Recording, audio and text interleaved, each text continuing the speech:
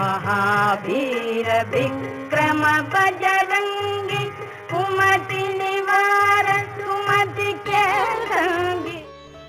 வணக்கம். 3ஆம் சோபாயில சொல்லி இருக்கிற கருத்தை இப்போ விரிவா பார்க்கலாம். மகாவீரம் பொருந்தியவர், அளவுக்கு அடங்காத பலமும் தைரியமும் துணிச்சலும் கொண்டவர், மனம் சோர்வு இல்லாதவர், இணையில்லாத போர் வீரர் நம்ம ஹனுமான்னு சொல்லியிருக்காங்க. பஜ்ரங்கி அப்படிங்கிறது 2 வார்த்தைகள் சேர்ந்தது, வஜ்ரம் மற்றும் அங்கி. அங்கி அப்படின்னா உடம்பு, வஜ்ரம் அப்படின்னா மின்னல். பஜ்ரங்கி அப்படின்னு சேர்த்து சொல்றது மூலியமா அவர் உடல் பொலிவானதும் சக்தி வாய்ந்ததுமா இருக்குன்னு சொல்லியிருக்காங்க. இன்னும் தெளிவா சொல்லணும்னா, ஹனுமன் இடி போன்ற உடம்பும் மின்னல் போன்ற புத்தியும் கொண்டவர். இங்க இடிங்கிறது அவர் கம்பீரத்தை குறிக்குது, மின்னல் அப்படிங்கிறது அவர் வேகத்தை குறிக்குது. சில பேரை பார்த்தா நம்ம தேஜஸா இருக்காங்க அப்படின்னு சொல்றோம் இல்லையா, அந்த மாதிரி இருக்காராம் நம்ம ஹனுமர். அவர் எப்படிப்பட்டவரா இருக்காரு? சங்கடங்களை தீர்த்து சுபிக்ஷத்தை கொண்டு வர்றவரா இருக்காரு. இந்த ஸ்லோகத்துல ஹனுமனையே நாம பூஜிக்கணும் அப்படின்னு சொல்லியிருக்காங்க. ஏன்னா அவரு காப்பாளர். கண்ணால பார்க்கக்கூடிய அசுரர் மற்றும் ராட்சசர் கிட்ட மட்டும் இருந்து நம்மள காப்பாத்தலீங்க, கண்ணுக்கே தெரியாம நம்மள ஆட்டி படைச்சிட்டு இருக்கிற பூதங்கள் கிட்ட இருந்தும் தான் நம்மள காப்பாத்துறாரு. கண்ணுக்கே தெரியாத பூதம் அப்படின்னு சொன்ன உடனே பயந்துடாதீங்க, அது நம்ம சைக்கலாஜிக்கல் டீமன்ஸ், அதாவது உளவியல் சார்ந்த பிரச்சனைகள் தான்.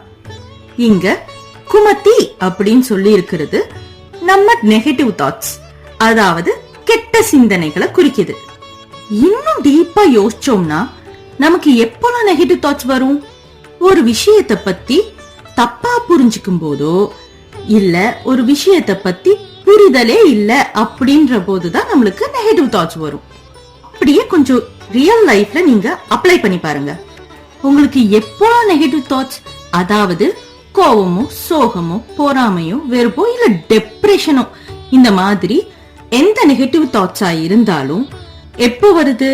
இது ஒரு விஷயத்தை பத்தியோ இல்ல ஒரு மனிதரை பத்தியோ இல்ல ஒரு சூழ்நிலைய பத்தியோ நமக்கு தப்பான புரிதல் இருக்கும்போது, இல்ல வர்ஸ்ட் கேஸ் அத பத்தி புரிதலே இல்லாத போதுதான் நம்மளுக்கு வருது.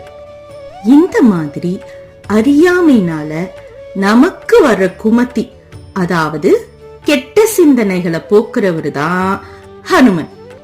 எப்படி? ரொம்ப சிம்பிள். அந்த விஷயத்தையோ இல்ல சூழ்நிலையோ புரிஞ்சுக்கிற அளவுக்கு தேவைப்படுற ஞானத்தையும், கத்துக்கிட்ட ஞானத்தை பிரயோகம் பண்ற புத்திசாலித்தனத்தையும் கொடுக்கறது மூலியமா அந்த குமதிய நம்ம கிட்ட இருந்து போக்குவாரு.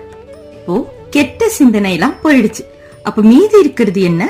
நல்ல எண்ணங்கள் மட்டும் தானே. நல்ல சிந்தனைகளை விதைக்கிறது மட்டும் இல்லாம தர்மத்தை பத்தி வழிகாட்டுறதுனால இவரு ரக்ஷகன் மட்டும் இல்லைங்க, குருவாவும் விளங்குறாரு. இப்போ இந்த ஸ்லோகத்தோட மீனிங்க ஆர்டர் வைஸ் ஒரு தடவை பார்த்துடலாம். மகாவீர, மகாவீரம் ஆனவர்.